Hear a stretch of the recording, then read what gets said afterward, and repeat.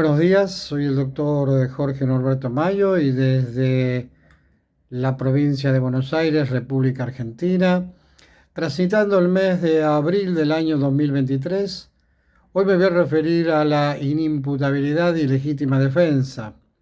Básicamente el contenido del artículo 34 del Código Penal, el cual soy de recomendar su lectura y si es posible el de recordarlo de memoria. Antes de continuar, debo anunciar que no quiero crear falsas expectativas con respecto al video, a este video particular, porque lo es de carácter ilustrativo el tema y no precisamente académico. O sea que no está cargado de tecnicismos jurídicos, porque está pensado y realizado para legos. Recién les dije que hablábamos de la inimputabilidad y digo que es un término que se vincula a la condición de inimputable, es decir, sobre un sujeto inimputable es aquel que no es responsable penalmente de un ilícito que cometió, ya que no está en condiciones de comprender la criminalidad del acto. Este título comienza con el artículo 34 del Código Penal, como les dije, el cual dice que no son punibles, y esto quiere decir que no recibirá castigo penal a pesar de haber cometido un delito. Ahora bien, esta situación no es así tan lineal ni sencilla como lo planteo, ya que para esto debe existir un conjunto de circunstancias que son concurrentes en ciertos sujetos que por razones ajenas al ilícito o al injusto penal y a la culpabilidad impiden la responsabilidad penal de esas personas frente a un delito. Voy a continuar con esto de la legítima defensa.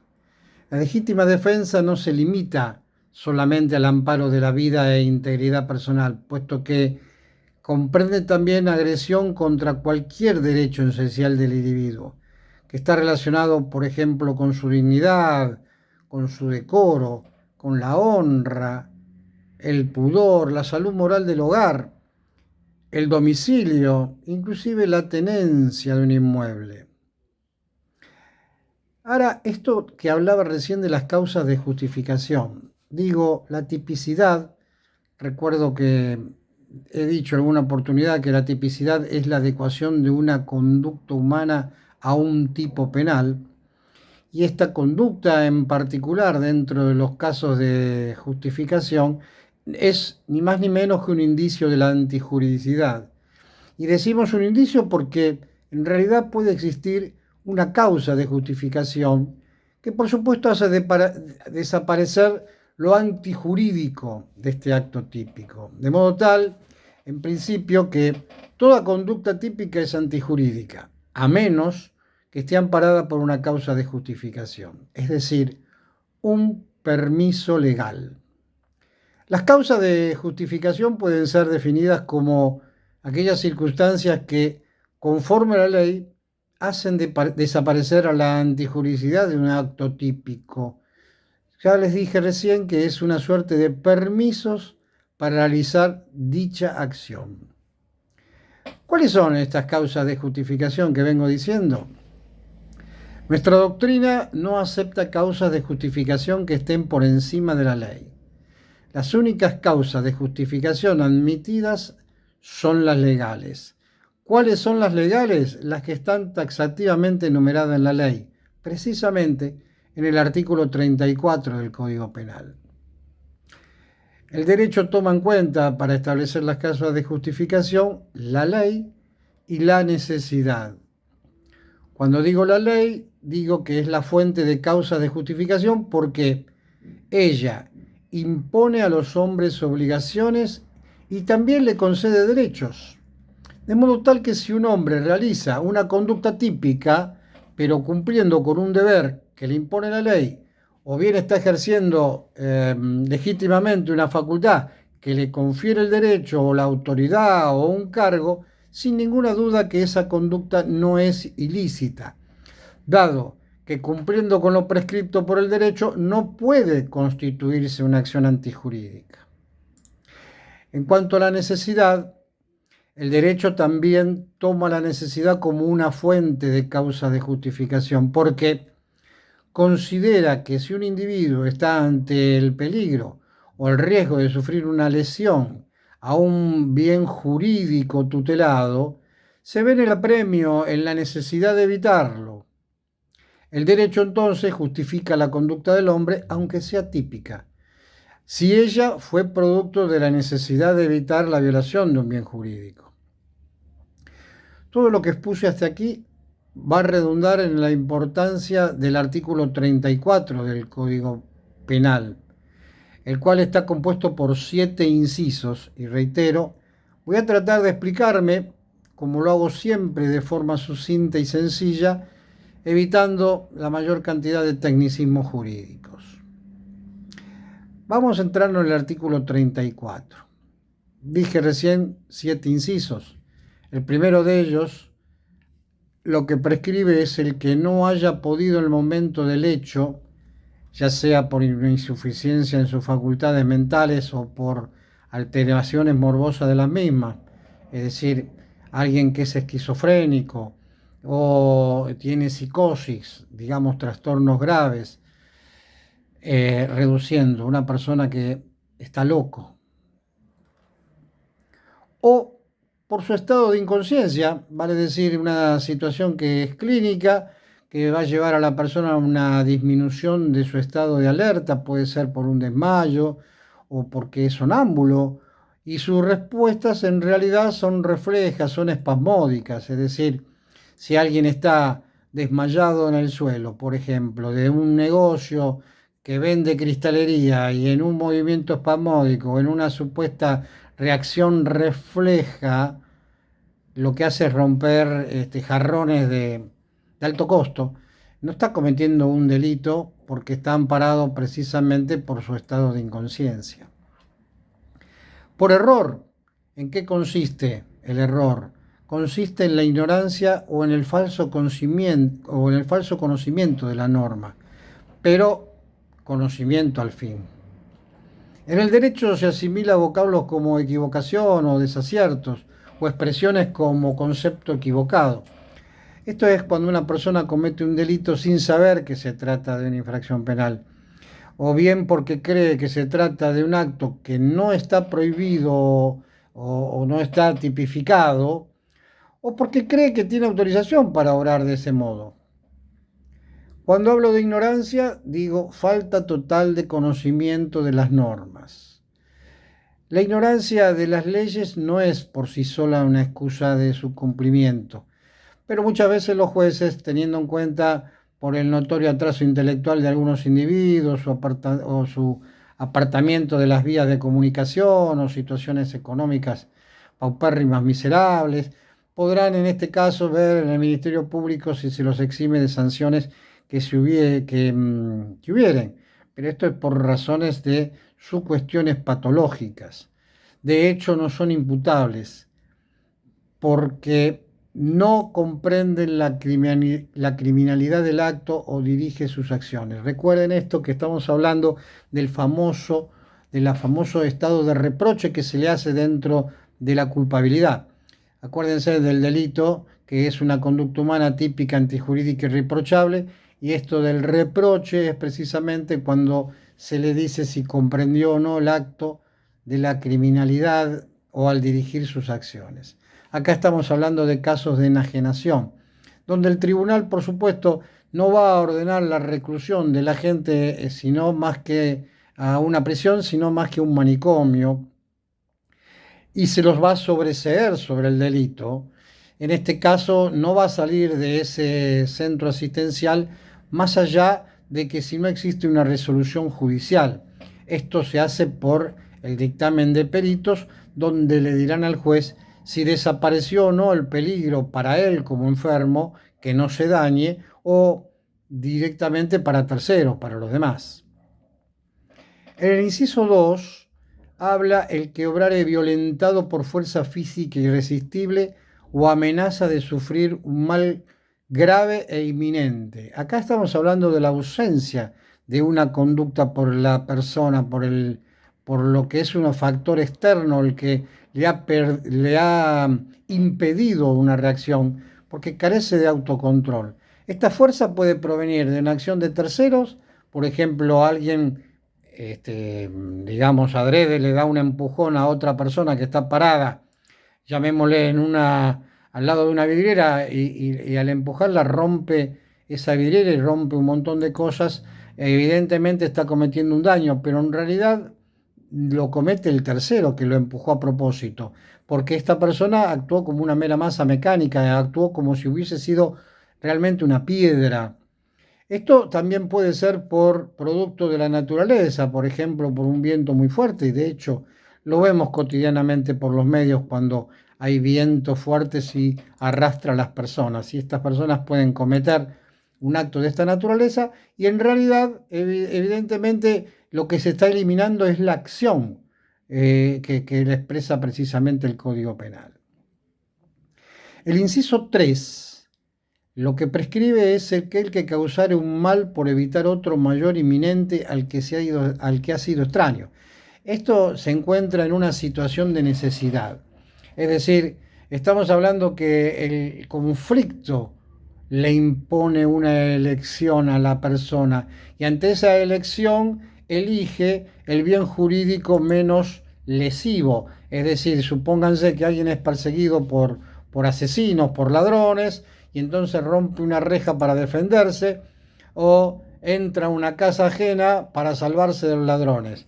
En un caso estaría cometiendo el delito de daño u otra cosa, y en el otro podría ser una violación de domicilio. Ninguno de estos dos, teniendo en cuenta que estamos frente a un estado de necesidad, se le va a imponer que la conducta es precisamente reprochable.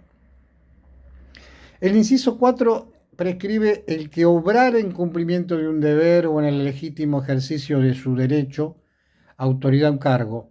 Son situaciones de justificación que ampara al cargo público o al profesional o al ciudadano que, cumpliendo las obligaciones o deberes que le incumben, conforme a las normas jurídicas que se aplican.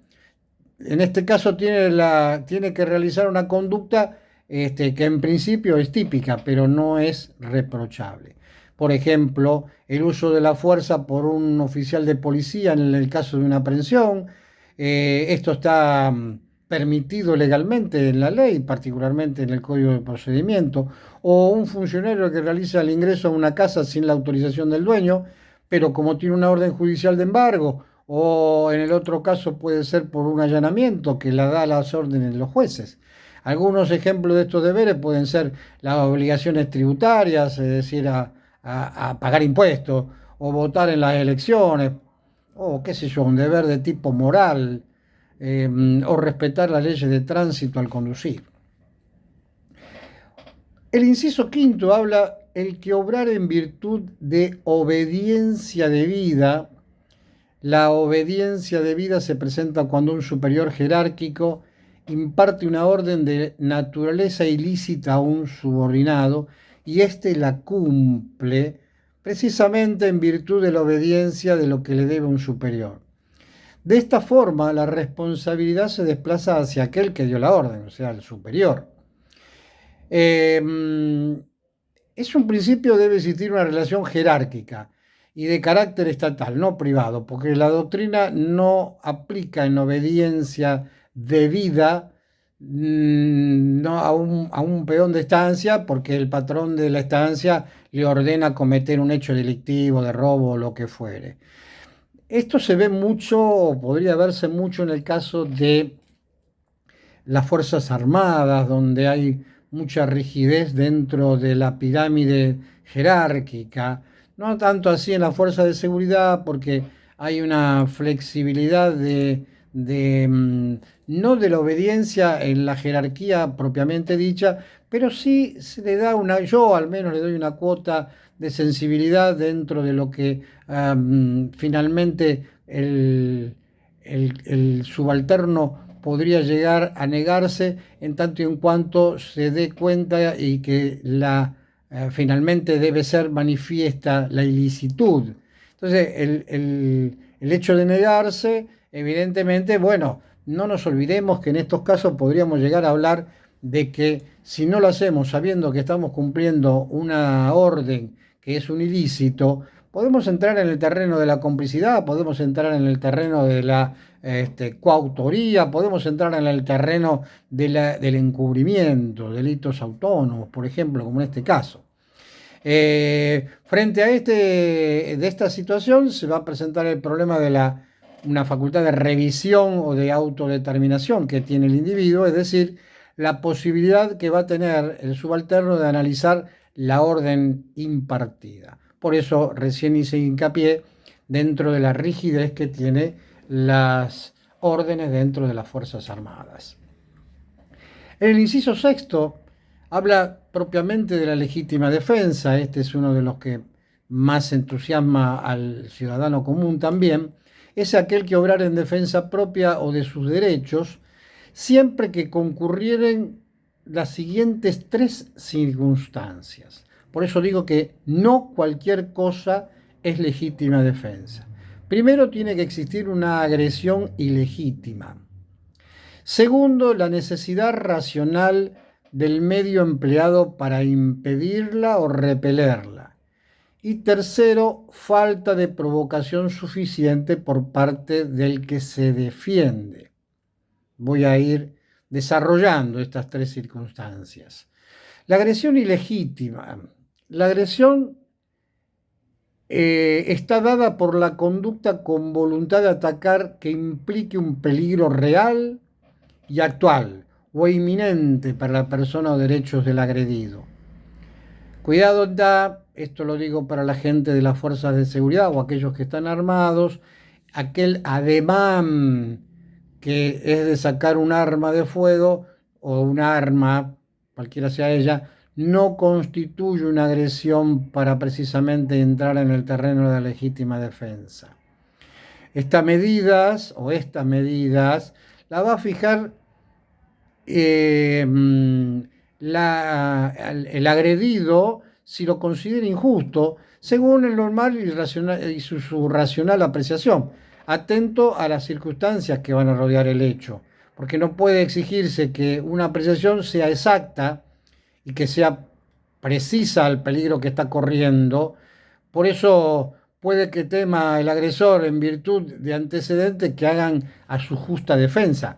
El código exige la agresión ilegítima, vale decir, que no tenga basamento en ninguna ley o derecho. Hablamos de la necesidad racional del medio empleado para impedirla o repelerla. La ley exige una proporcionalidad entre la agresión y su respuesta. La defensa, y por ello, incluye como requisito a esta causa la justificación, la racionalidad del medio utilizado para repeler el ataque. Esta circunstancia no es exclusivamente objetiva y abstracta y debe quedar librada a la apreciación judicial. Esto en cada caso concreto, porque no se puede dejar de analizar los factores que son derivados del temperamento de la persona, la fuerza, el valor, la situación social, moral, etcétera, para dictaminar en su mérito. Cuidado acá, y voy a darlo con un ejemplo. Muchas veces el hecho de escapar del lugar, o pudiendo escapar y no hacerlo, y entonces yo actúo, digo, en legítima defensa, probablemente no esté merituado como tal. Por supuesto, yo podré alegar en tal caso de que una persona tiene honor y se está deshonrando mi honor, me quedo y después cometo un homicidio, por ejemplo.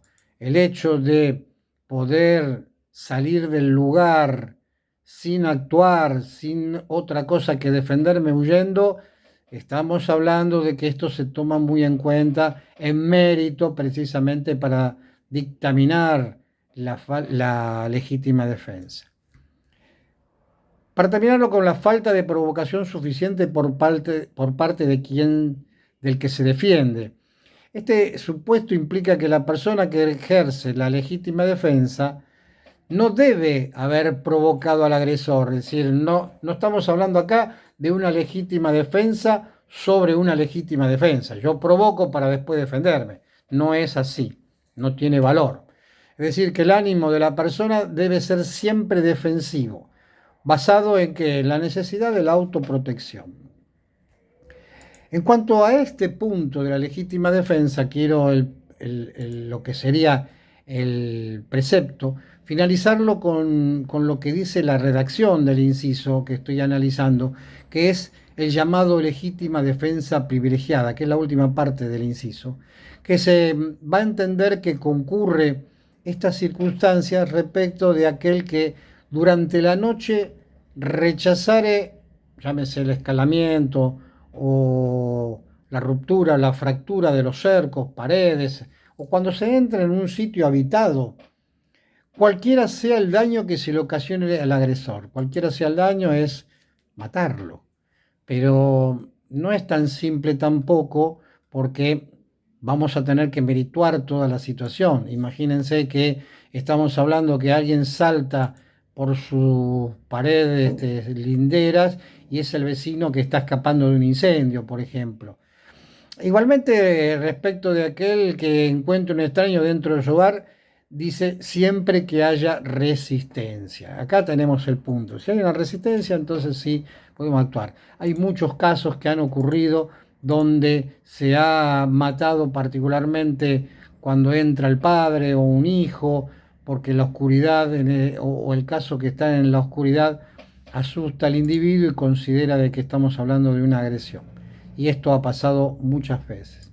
No es sencillo tampoco realizar este tipo de situación y analizarlo desde el punto de vista de la legítima defensa privilegiada. Existir existe, por supuesto, pero siempre valorado por el fiscal y el juez que corresponda en turno. El inciso 7 prescribe que el que obrar en defensa de la persona o derechos de otro, siempre que concurra agresión ilegítima y necesidad racional del medio empleado para impedirla o repelerla. Y acá voy a ir a lo que habíamos hablado hace un momento por la legítima defensa personal. Tienen que estar las mismas situaciones en cuanto si a la tercera persona se le realizó una provocación suficiente por parte del agredido y que no haya participado en ella el tercero como defensor, es decir, que no se lo haya provocado, que sea realmente una legítima defensa. Si esto no fuese así y todo lo que veníamos diciendo de todo el artículo 34, existe una herramienta que utiliza las defensas de las personas que pudieron haber sido agredidas en cuanto a lo que se llama el exceso en la legítima defensa.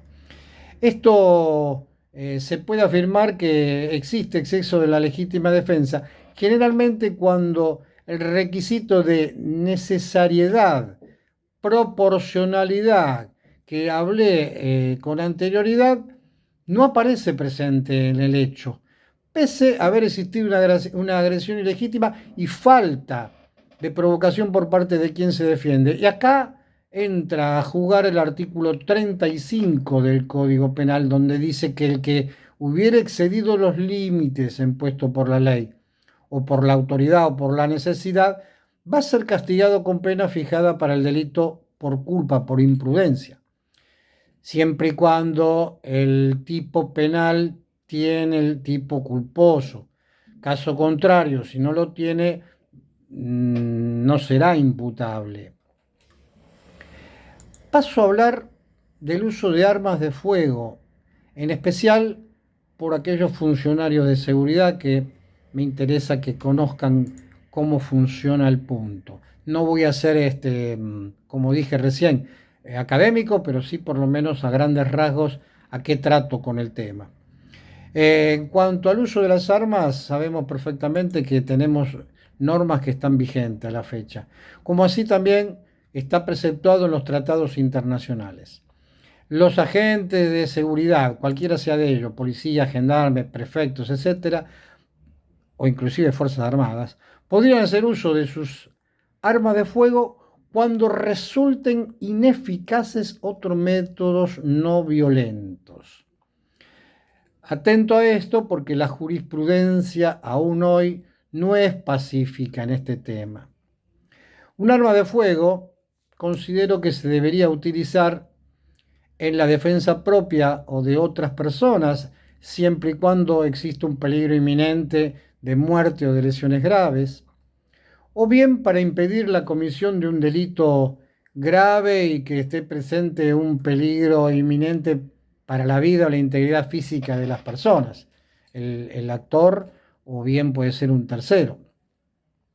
Podría proceder para la aprehensión de quienes representen un peligro inminente y opongan resistencia a la autoridad. Por supuesto, no debe ser desproporcionada. Para impedir la fuga de quien represente un peligro inminente y hasta lograr su aprehensión, no debe ser desproporcionada. Acá hago un alto y les digo, si la persona está por fugarse, o se fugó, mejor dicho, la idea es no hacer una persecución disparando, producto de que si se pierde la vida, serán responsables como homicidio. El funcionario público, precisamente, ¿qué debe tener en presente mínimamente para evitar los choques entre la ley y no entrar en un exceso de la participación? En principio, emitir la voz de alto policía e identificarse como tal. ¿A qué? A efecto de cesar la actividad ilícita. Con esto yo soy bastante cauto. La ley dice y habla de pedir o de decir la voz de alto, pero también la ley se encarga de decir siempre y cuando no sea este un hecho que corra riesgo el funcionario o terceras personas. Yo particularmente también arriesgo diciendo que tengamos cuidado con este tipo de situación porque nos podemos encontrar con personas que son sordamudas, discapacitadas de alguna manera y no entiendan o el desconocimiento del idioma. Entonces, que a lo mejor no se escuchó esa voz preventiva. Entonces, evidentemente tengamos que tener cuidado porque esto siempre se va a evaluar. Esta circunstancia se va a evaluar. Se considera que existe peligro inminente. ¿Cuándo? Cuando se va a actuar bajo amenazas de muerte o de lesiones graves para sí o para terceras personas. Cuando el presunto delincuente posea un arma letal, aunque luego de los hechos se comprobase que se tratara de un símil o inerte o un arma de utilería. Yo estoy de acuerdo con esto. Y cuando se presuma verosímil que el sospechoso pueda poseer un arma letal. ¿Por qué digo que estoy de acuerdo con esto? Porque hay órganos jurisdiccionales que no, porque hablan de la profesionalidad del individuo que posee portación de arma como ser un funcionario. Yo repito y digo que hoy las réplicas o cosas por el estilo no permiten hacer una diferenciación dentro del juego de la adrenalina que está corriendo al momento de las sensaciones. Hay que ponerse en el lugar de un funcionario atento a una situación de esta naturaleza que estamos diciendo que está en juego su vida o la vida de la otra persona o la vida de un tercero. Acá cuidado con esto de disparar, siempre el tirador debe hacerlo de frente, nunca de espalda. Esto lo hacen directamente aquellos que son delincuentes y están en plena fuga, que suelen tirar por arriba del hombro y corriendo, como también suelen tirar por debajo de las axilas y seguir corriendo.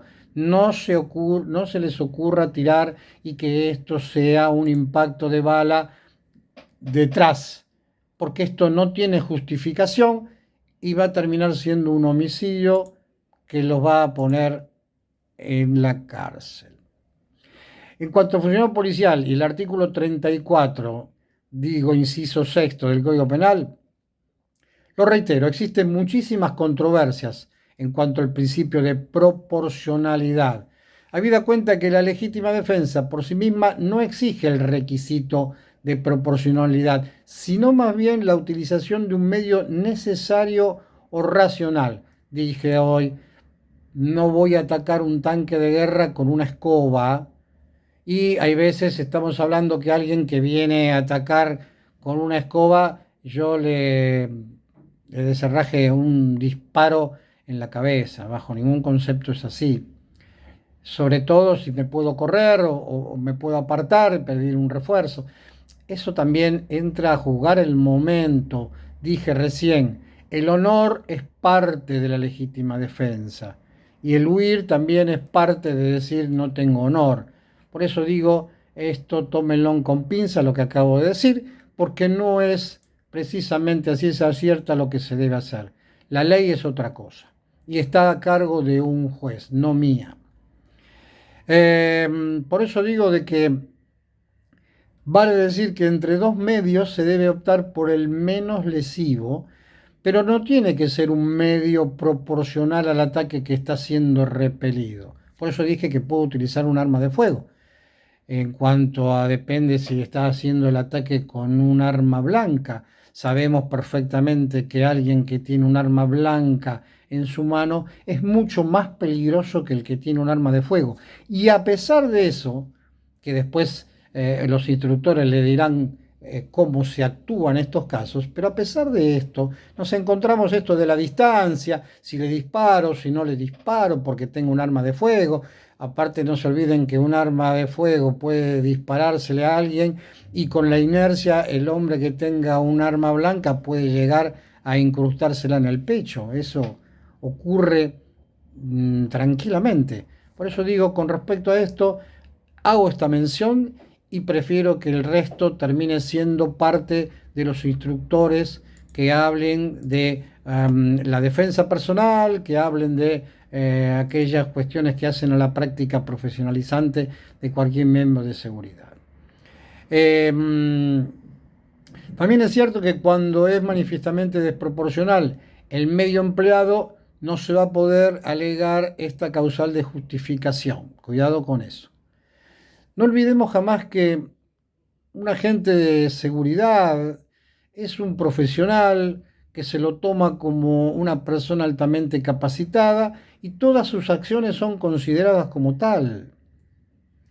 La justicia ante un hecho delictivo donde actúa un funcionario policial ni más ni menos lo considera que el mismo no actúa espontáneamente como un ciudadano común al momento de recurrir a la fuerza, sino más bien la realiza, la realiza bajo una acción que ya ha sido previamente ensayada, practicada en su capacitación permanente, donde deberán sujetarse precisamente al actuar de las normas pertinentes, a esto que les venía diciendo yo, a la capacitación que van a tener dentro de las academias. Vale decir que se destaca que el hecho donde el funcionario de seguridad o policial va a responder sobre una actuación, aquella está reglada a instrucciones precisas, lo cual se contrapone con el derecho a la legítima defensa, cuya fundamentación está mayormente asociada a una reacción no premeditada ni ordenada, que es lo que digo, no va a ser un ciudadano común la misma actuación que va a tener una persona, un profesional que está entrenada para esto. Por eso lo toman en cuenta los jueces al momento de disponer si no fue esto una legítima defensa o un cumplimiento de su deber. Ese es el punto. Partiendo de esta premisa, la legítima defensa de un ciudadano común, como dije, no requiere la proporcionalidad, puesto que ante un repetido ataque, la persona va a sopesar en esa oportunidad cuál es la proporcionalidad del medio en cuestión. Los modelos derivados de los principios sobre el uso racional de la fuerza y empleo de armas de fuego y el derecho internacional de los derechos humanos. En este campo, el funcionario de seguridad o policial debe valerse del uso de la fuerza constantemente para protegerse a sí mismo y a terceros. En muchos de estos casos, dichos efectivos, cuando repelen una supuesta agresión física o armada actual, podría finalizar con la vida del atacante. Y ahí, donde les dije recién, viene a actuar el órgano jurisdiccional. El Instituto de la Legítima Defensa del Funcionario Policial está señalado por la Corte Interamericana de los Derechos Humanos, la cual remarcó la lucha de los estados contra el crimen, de donde debe desarrollarse dentro de límites y conforme a procedimientos que permitan preservar tanto la seguridad pública como el pleno respeto a los derechos humanos a quienes se hayan sometido a su jurisdicción. Para eso, nuestra República ha incorporado a su derecho interno el Código de Conducta para funcionarios encargados de hacer cumplir la ley. Esto fue aprobado por la Asamblea General de las Naciones Unidas allá por el mes de diciembre del año 1979. Por lo tanto, estos funcionarios deben actuar conforme a dicho código. Es un código que tiene 8 artículos nada más, pero marca los principios básicos sobre el empleo de la fuerza y de las armas de fuego, entre otras cosas. El Código de Conducta, particularmente en el artículo 3, dice que podrá usarse la fuerza solo cuando sea estrictamente necesario y en la medida que lo requiera el desempeño de sus tareas. Además, también dice que en ningún caso debe interpretarse que esta disposición autoriza el uso de un grado de fuerza desproporcionado al objeto legítimo que se ha de lograr. Para cerrar con este vídeo hago un comentario con respecto al tema. Todas las escuelas de las fuerzas de seguridad del país tienen incorporado en su capacitación curricular las distintas técnicas, situaciones y o reglas que se pueden presentar en la actividad profesional, desde un ataque con arma de fuego hasta con armas blancas y las distintas distancias a tener presente como para repeler de forma efectiva el ataque de un individuo armado, tanto sea con un objeto cortante o de fuego. Con esto cierro este vídeo y sí voy a pedirles, si están conformes con lo que he expuesto en cuanto a si es comprensible, lo puedan aprobar con un like a los efectos de que yo pueda sostener el vídeo dentro de este canal. Así que muchas gracias y me despido hasta una próxima oportunidad.